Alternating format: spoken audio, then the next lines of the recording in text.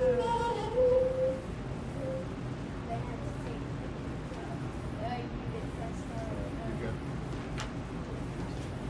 they had to write a book record of the longest book in the world, and it had to be at least 50 pages long.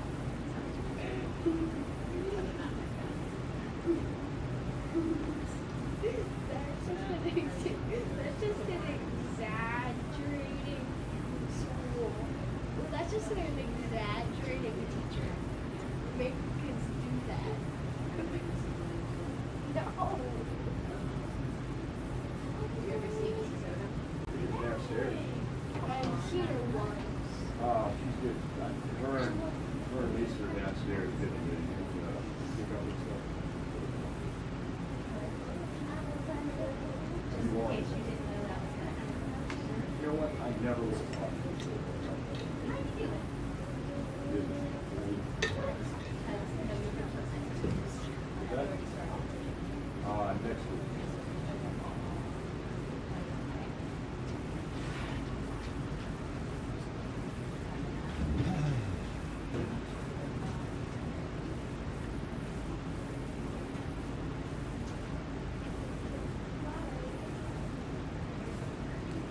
All right, we're going to go to get started, guys. Thank you for being here tonight, and I appreciate you taking time out of your day. My name is Coach Aaron. I'm the head coach and CEO, and if you haven't seen any of the presentations yet online,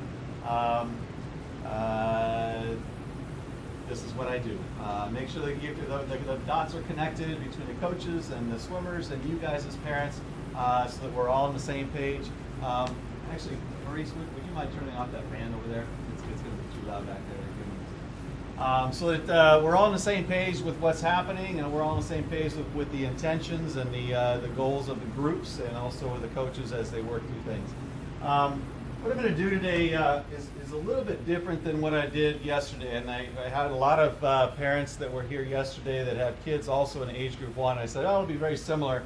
But as I was putting slides together, I thought, you know what, it is going to be a little bit different, because for the most part, if you're here and this is your first presentation like this might be your first experience with learning from a coach about the progressions and about where we are with swimming and where you are as a parent with your child, and helping them to be able to grow in the sport and kind of maximize their experience here with the swimming. So I'm going to take it a little bit different, but for the most part, we're going to talk about review a little bit of what I mentioned on Tuesday, which is thinking about what the end result is, why we're all here, what we're trying to work towards and contribute towards with the kids. We'll talk about actually the age group 1 level and the program requirements within that group to get into the group. Long-term development, where this group fits into that, okay, and where what your kids should have by the time they get into the group, and then we'll talk about where that goes from there, what USA Swimming's athlete development is, what the long-term development is for the kids that we want to be able to move to the next group, and when they're ready to keep on going up the program. Talk about our coaches' roles and your guys, the parents' role, and then some final thoughts, and then I'll send the PDFs out, but at the end there's some true sport parent slides, which are nice information, kind of educational stuff, but also a good connection with making sure that you understand where we are with this, with the coach's perspective of things. All right, so first of all, we talk about the end first, okay, which is what's the result of being a part of a competitive swim team. I talked a little bit on Tuesday about as we go to look for sports or look for activities for our kids, we're looking for something to help them enrich their lives. Fitness, being able to work hard, being able to commit to something, being able to fail, being able to succeed, and learn from all those experiences throughout there, so that by the time they're high school seniors, they're responsible, they're self-driven, they're ethical, they're competent, they're physically fit, they're mentally tough, they're adaptable in different environments, and they're caring people. Okay. So in what we do, we're trying to help them to become an adult. What we need to be doing is, first of all, we're teaching them not to need us constantly. Okay, we're teaching them slowly, and at this age, we're talking about 9 to 12-year-olds. So yeah, they still need a little bit of holding hands and getting them through the process of things. But eventually we want to have them take over control of what's going on here at practice and also in the rest of their lives. So first lesson is, hey, have your child take responsibility for their equipment.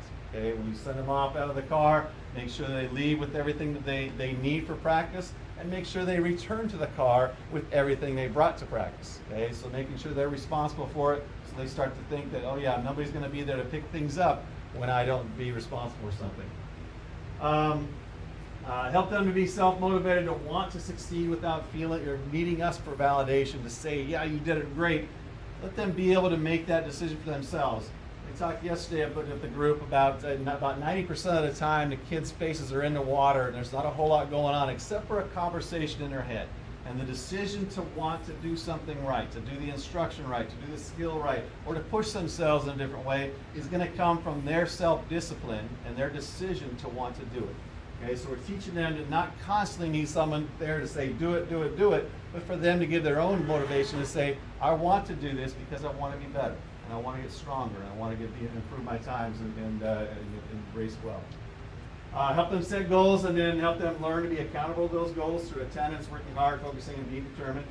I'm not going to talk about it really in a whole lot of detail today, but we're helping them to not be a victim to things, okay? To be able to go into something and not blame other things for them not doing something well, whether it's the temperature of the pool or the smell in the air or whatever it could be, that we tend to kind of blame things on others, right? We don't take that responsibility. So we want to be a victor within whatever the situation is, instead of coming in and allowing things to control us and letting the uncontrollables become controlling of us. And then an open mindset versus a closed mindset. There's a lot of good research out there about how we want to keep teaching kids to have an open mind, to be able to listen and grow from a coach, be able to listen and grow from a teacher and from a parent, and use the feedback not as a defensive mechanism to say, oh, I already know all this, but to say, I'm going to accept this because I need to learn from you, and I need to learn from your experience, and I need to learn from what the education you're giving to me at this point. And then help them stay positive and learn from the failures and realize that failure is an opportunity to learn, okay? And there's so many different lessons in swimming, but also in life, just to keep on teaching the kids how to overcome failure, okay? And to realize that that's not the end result of everything. That's just a bump in the road, an opportunity to grow and learn and be better next time. So how do we do this? We do this all through swimming, okay? We do it all through a sport that is a controlled and safe environment, an opportunity to teach them how to do a lot of these skills through the practices on a regular basis, and also through lessons that we'll push. And we'll push to the kids and keep talking to them about how to goal set, how to be a good teammate and things like that. So going back now, the age group, sorry, some of these numbers are off, but the age group 1 entrance requirements. Okay, it's 9 to 12 years old as of the date, efficient skills in all 4 competitive strokes. So coming into the group, we want them to be able to swim all 4 strokes. We have a 200 IM time and a 200 freestyle time of these here. The training ability, if you're coming from an advanced group, okay, which is a lot of new kids coming into the program from the advanced levels, they're going from an hour-long practices, now they're going to an hour-and-a-half practices. So it's a little bit longer time. They've got to be ready to do a little bit more, ready to be able to pay attention to things and be able to push themselves and be able to withstand the demands that are going to happen. Competitive aspirations, they should want to be they should have a strong swimming background, swimming in a variety of events, so different events. They should come in with some good experience with all 4 strokes. And then swimmers at this level should commit to attending practices regularly. And what I'll talk a little bit about is just maximizing the level that they're at. Okay, a lot of times we as parents want to say, oh, well, part of this group, or we want to go to this group because our friends are there, because this is a good name of a group or whatever. But within the program that we have, we're trying to help the kids make sure they maximize where they are before we push them to that next level. Okay, just so that there's not, number one, an overstimulus to the body, okay, to where they could get hurt or injured. But number 2, that they have all the skills, and we'll talk about the athlete development aspects of it, which is making sure that along the way they're making progressively more advanced skills, whether it's in this pool or the character traits or things like that, so that by the time they get to the next level, they're ready to go.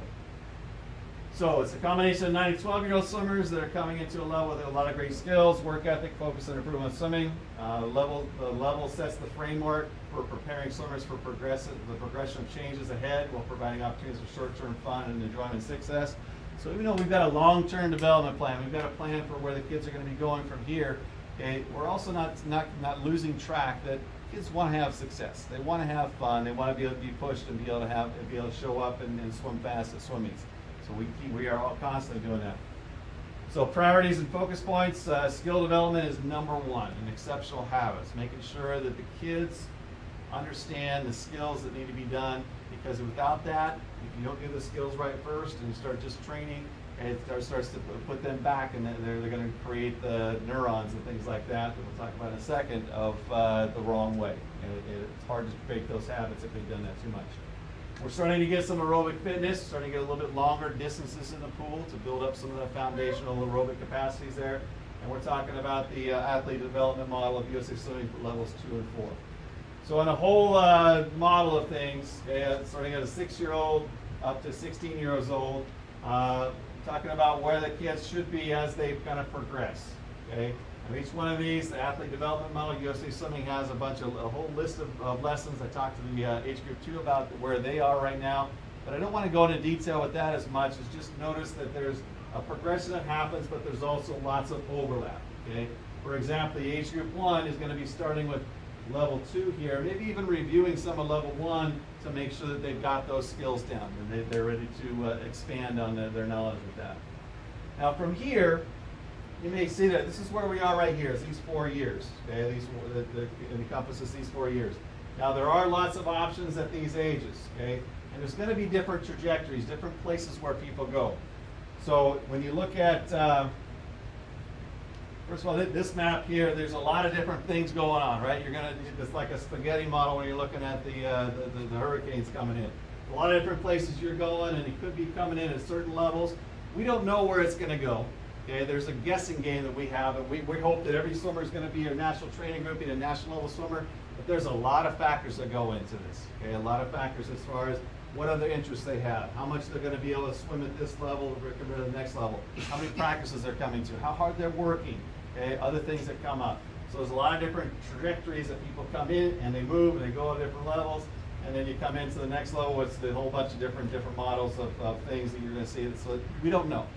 Okay, but what we do know is where they are today and what we're trying to help set them up for next. Okay, and hopefully they'll stay on that trajectory there with us. So there's 6 levels to the USA Swimming. A lot of the aspects overlap. Okay, we're starting with levels 2 and 3. We're going to review a little bit with level 1, and then keep moving them forward. Each of the levels is meant to be a 2-year process or a 3-year process. Okay, where the first year is a learn or growing aspect of it. They're learning the process. They're learning the basic skills. The next year is more of a mastery. They know what to expect. They know how long the practices are. They know how to maximize their use of practice time. And maybe they're a leader by then. Okay, and maybe they're just in there for 2 years and they go to the next group, or they go a third year there to lead and grow from there as well.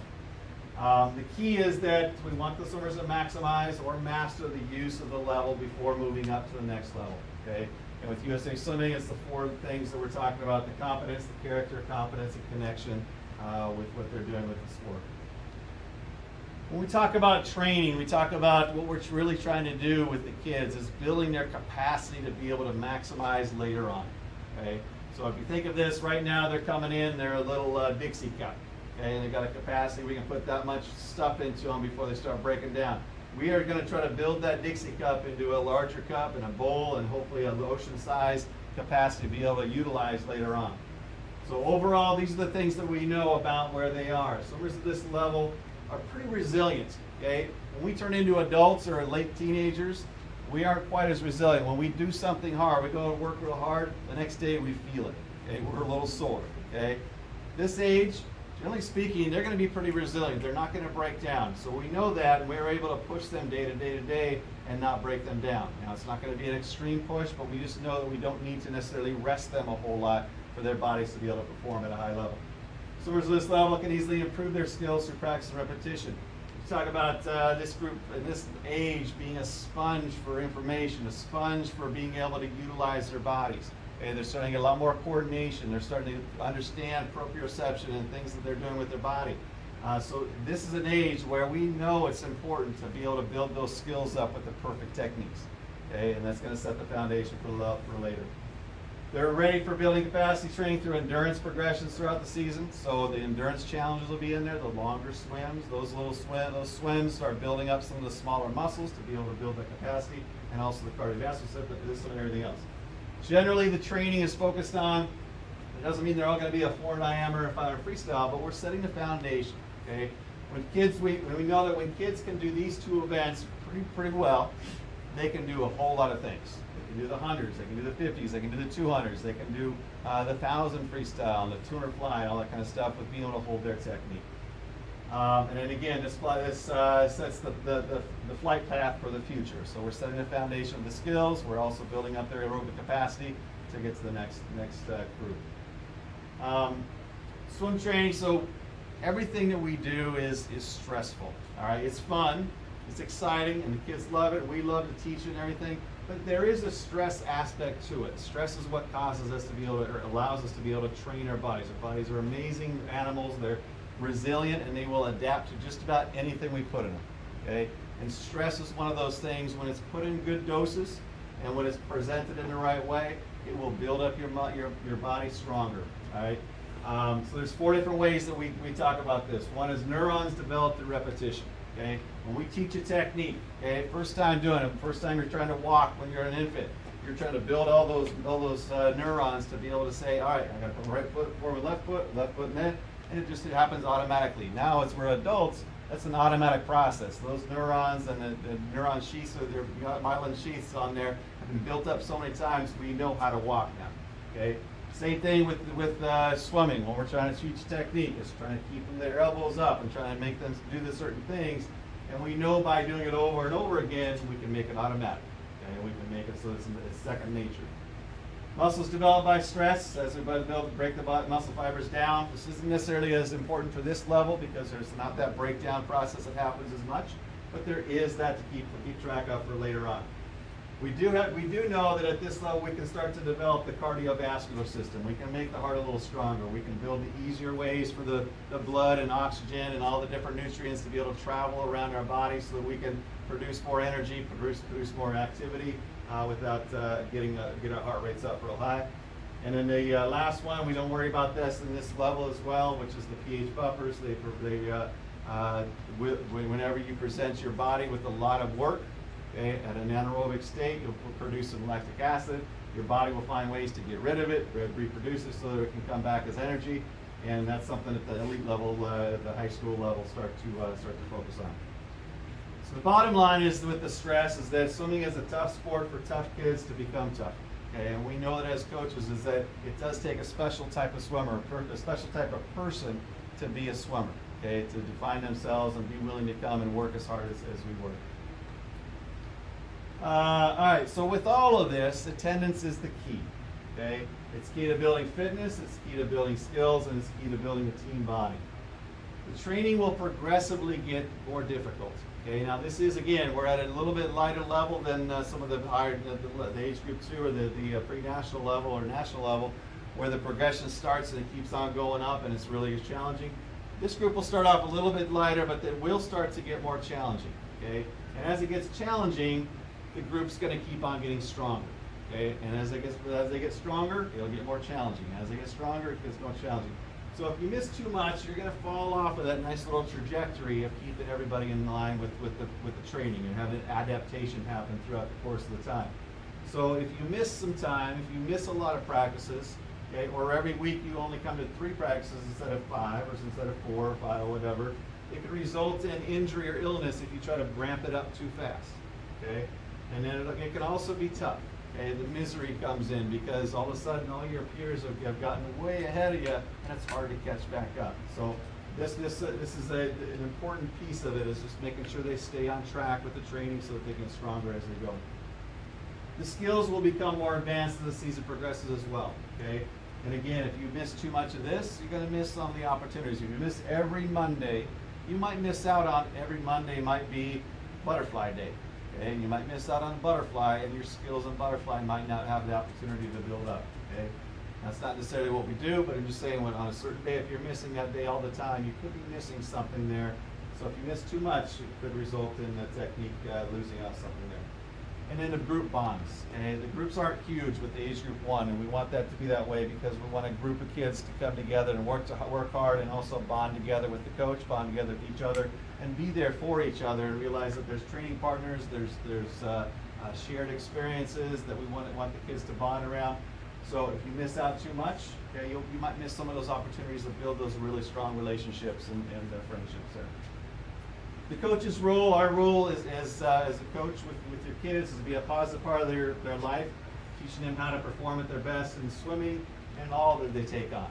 Okay, so we'll talk about swimming, but we're also related to real life things as we go through the process. Provide a safe place to help the athletes navigate swimming and the use of swimming to be the best in everything.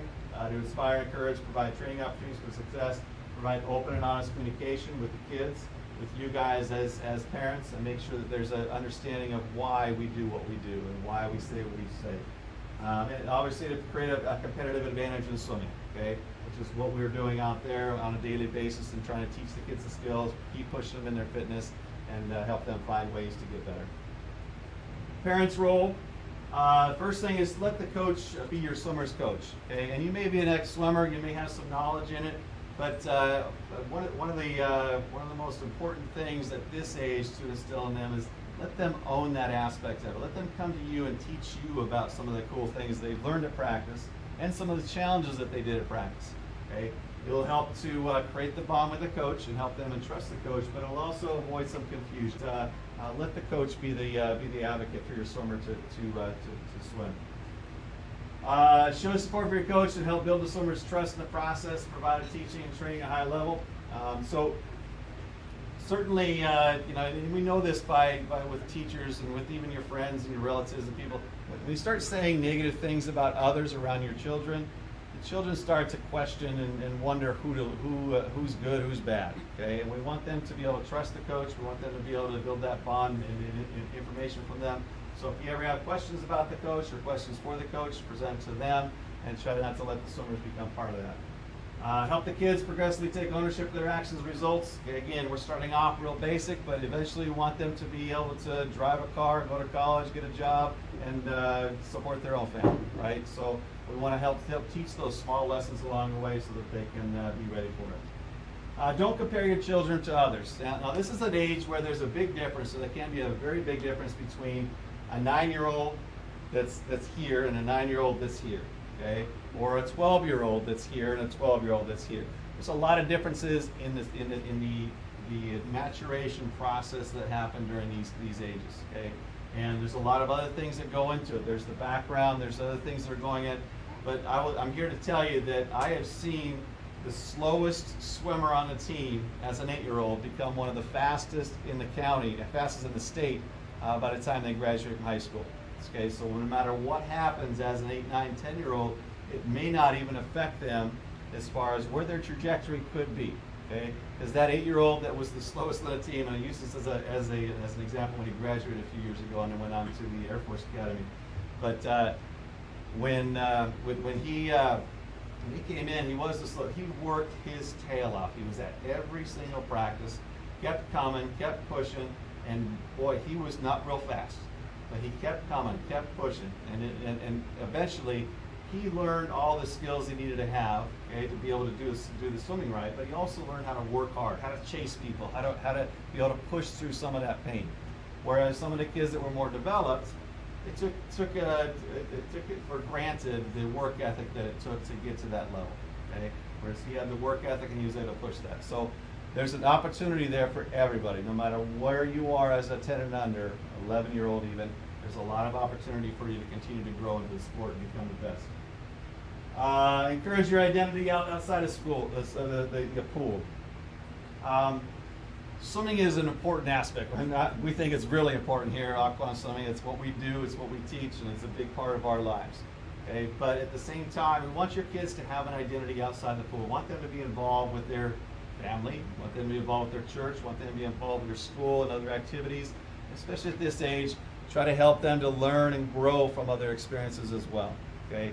They'll become more of a swimmer, and they'll appreciate that later on when they've got a lot of different things that they can focus on and not just have to be a singular focus there.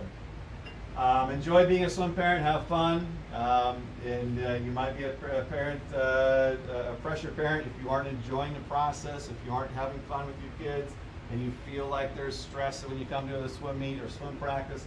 And you might be a pressure parent, okay? And there's some real good slides here at the end that you can look at and you can test yourself. And then the last thing is get involved. Find ways to support your swimmer's coach, volunteer at meets, become an official. We'll turn it over to John. Are you going to talk today? Yeah. All right, cool. All right, and you can become more involved with the sport and with your child's passion here, okay? And by helping with that, you're helping them, but you're also helping the whole team with that. Some final thoughts. Swimming is a means to an end. What's the end? We're trying to help kids become the best they can possibly be and become an adult. Okay. Swimming should not define your child, but if it's something you want to be successful in, you should prioritize what it takes to be the best. And that is a commitment. There is a commitment aspect to that. Allow them to build a work relationship with their coach. Encourage them to communicate and start to advocate for themselves. Okay. So again, coaches love it when kids come to them and ask them really difficult questions, okay? Those are questions that sometimes come from a parent, but when it comes from a kid, you're like, man, you're making me think. It's great, okay? And it's really great to build that communication with them and have them advocate for some of those things. Remind them that you're the biggest fan. You love to watch them swim. You love to watch them work hard out there. You love to see how they're progressing. Remind them that you want them to be successful because you like to see them happy and accomplish great things, but it's not what defines your support for them. Okay, so if they have a bad race, it's not getting mad at them for having a bad race. Okay, you're sad for them, you feel bad for them because you love to see them happy, but you still want to support them. You still want to support the fact that they're pushing hard in practice and that they're learning things and growing from their experiences there. And then become involved with their passion. Volunteer, officiate, and again, officials. We'll talk about that in a second. And then have a great season. But before we do that last couple things, I've got a couple things here. True sport parent slides. One of the things, and I've been coaching for almost 28 years now, going on 28th year. And the majority of my coaching has been coaching high schoolers. And what I see when I coach high schoolers is I see everything that they've learned up to that point. And sometimes they have great skills. Sometimes they need to be refined with skills. Sometimes they have a great capacity of training and they're ready to perform really well. And then sometimes you see some things that they're struggling with, okay? And maybe it's because mom's done everything for them, okay? Mom has always been there to put their swim stuff in the right spot or pack their bag or do all these things. And they don't have those skills, those real basic skills to just take care of themselves. And so from an older coach, or a coach that coaches older people, I'm not that old, but I'm getting there. That's an opportunity. It's an opportunity to just see that, hey, there's things that you want your kid to be able to do on their own eventually, and the little steps happen at this age. So think about those things in the long term. Keep the long term in perspective as you're thinking about, am I going to do this for my child, or is it something that they can do for themselves?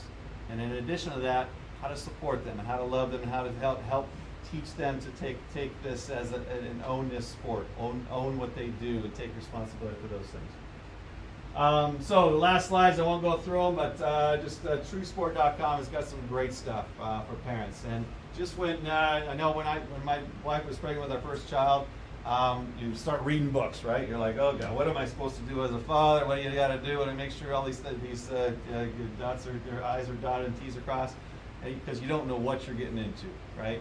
And the same thing happens as your kid gets older. There's going to be new things to learn from people that have done it. Okay, and that's the amazing thing about our world today is we have so much information out there from parents that have done it, from coaches that have seen it, and experiences that other people have had. So my challenge to you is don't feel like you know everything. Have that open mindset. Go out there and learn from other parents, learn from the coaches, and be able to learn some of the things that you can do as a parent to support your child.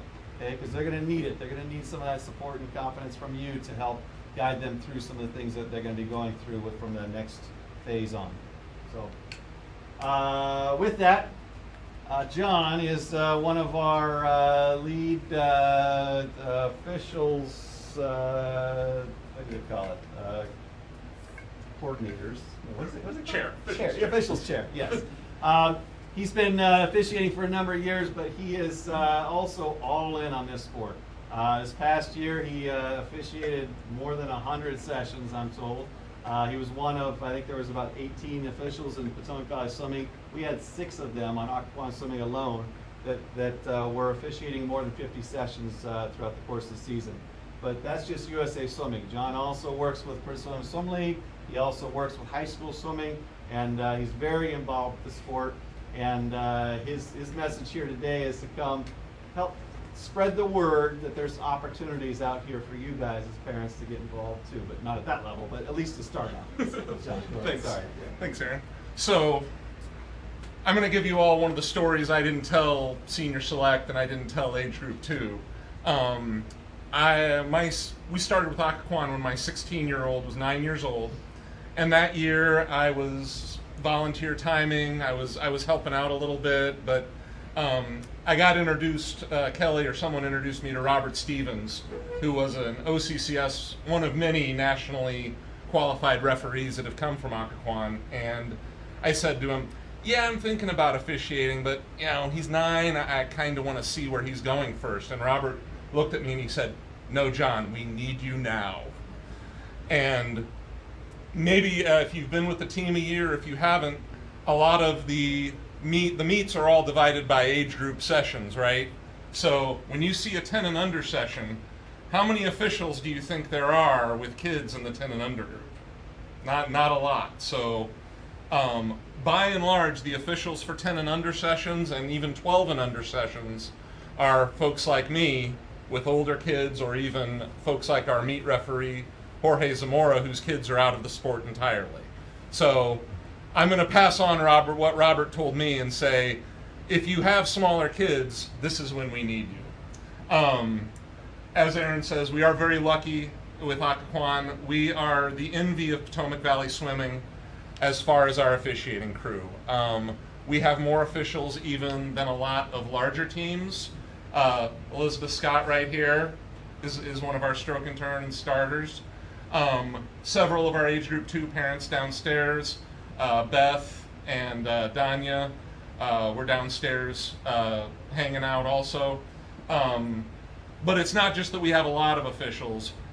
We also run really good meets. We go into the Freedom Center and we run 2 pools, and there were very few officials could remember the last time that happened. So we're the envy of the area, not just for the number of officials, but for the quality. And we do that by welcoming you in. We're a very friendly, welcoming crowd, but also mentoring. There's a lot of bureaucracy when you get started. We'll walk you through that. We'll be there for you at every session. The training is all free. You'll get trained with amazing officials, both on OCCS and around Potomac Valley. All of your startup costs, you do have to pay for a background check, pay for USA Swim registration. We'll get all that reimbursed for you. Once you've gone through the training, you'll be eligible to have all those costs reimbursed. I tell folks the only thing you should go out of pocket for is the high fashion white polo and blue shorts. But there are, as Aaron alluded the other night, there are some tangible benefits. Your kids are going to be around a while. As you get to 10, 15 sessions, you can save some money on next year's tuition. But beyond that, some of the things I've enjoyed about officiating is, one thing in particular is it does give me something to bond with my kids about. Like I said, I stepped on deck in 2016 knowing zero about swim. I didn't even learn to swim until I was like 17. So I now that I'm on deck with them at every meet, we have something to talk about, and they get to see something that's important to them is also important to me. I tell them I'm just the chauffeur, but they can tell there's more to it than that. So it's something you can do to show your kids swimming is important. Swimming means something to you as well as to them. So I'm trying to think what else. There might be some older kids in this group. I'll tell you, if you're looking ahead to high school, or maybe you have a high schooler, someone who's thinking about high school swim, we need more officials to do high school swim in Prince William County. Several schools this past year had meets where they almost didn't have the minimum number of officials required, and you're talking about needing 2 officials, and they weren't going to get that. And I don't just mean, I live on the east side of the county, and we have lots of issues out there, but I'm also talking about state champion schools that almost didn't get enough officials on deck. So do think about that for the future. If you start when your kids are in middle school, you'll be a not only an experienced official, maybe an experienced starter or even a deck referee by that point, and you'll be a huge help to your summer team. Or I'm sorry, not just your summer team, your high school team. Still got that on the brain. We have opportunities both on wet deck, where you're standing on the deck. Like I said, you start as a stroke and turn official. We also have on the computer the timing system that runs the official times, the computer that puts all the times together and publishes results. You can start on either side, and there's plenty of time between now and Medley Mayhem, the Medley meets coming up in October, for you to start the process and be out there apprenticing and be a certified official before Christmas. So Elizabeth has a brochure on her taped to her chest with a QR code, and they are posted in other places. You don't have to walk up and take pictures of Elizabeth. There's brochures up in other places in the building. Get a hold of me or Katie Simmons, who are our 2 active officials chairs, and we'll help you get started, and look forward to hopefully working with you. So thank you all. Appreciate it. Thanks, sir. Two other connection things. If you've officiated in Prince William Swim League, it's an easy transition process into the becoming USA Swimming. If by chance you watched the online officials clinic, the stroke and turn clinic for Prince William Swim League back in May, you don't have to go to another one. That counts. We can get you started on deck with no further training. And the second thing is for our meets in particular, but some other meets, we bring these cameras and we set them up so that they film the whole swim meet. And so as an official, or when you're volunteering for anything, we archive things, we put it on our YouTube station, and you're able to go back and watch. So even if you missed your child's swim, you can go back and say, hey, let's watch this during dinner, let's see how you did, and be able to have that conversation. And also for you as a parent, I know it drives me crazy when I'm out of town, I can't see my child's activities, and this gives you a way to be able to connect with that, whether you're volunteering, you're out of town. It's a great way to be able to stay connected with what's going on here at the pool there. So, any questions? Let's get a little bit warm up here. Sorry for that. The heat tends to come right here. Otherwise, I believe the age group 1 coaches are going to have some meetings around the area. Coach Joan is back there. I haven't seen Coach Jones at the Wharf. Coach Matt might be downstairs helping out with the. Oh, there you are. Sorry. Gotcha. Where's it going to be? The conference room. Conference room out in the front. Okay. So out by the weight room or the fitness room out the other side, there's a little conference room. And then PWE's Coach Kelly, I think the meeting is tonight, or is it another time? Oh, Justin. Okay, gotcha. With Justin here. That's right. I'm sorry. Yeah, Justin's the coach. All right. So guys, have a great season, and hope to see you real soon. All right. Thanks for coming, guys. Appreciate it.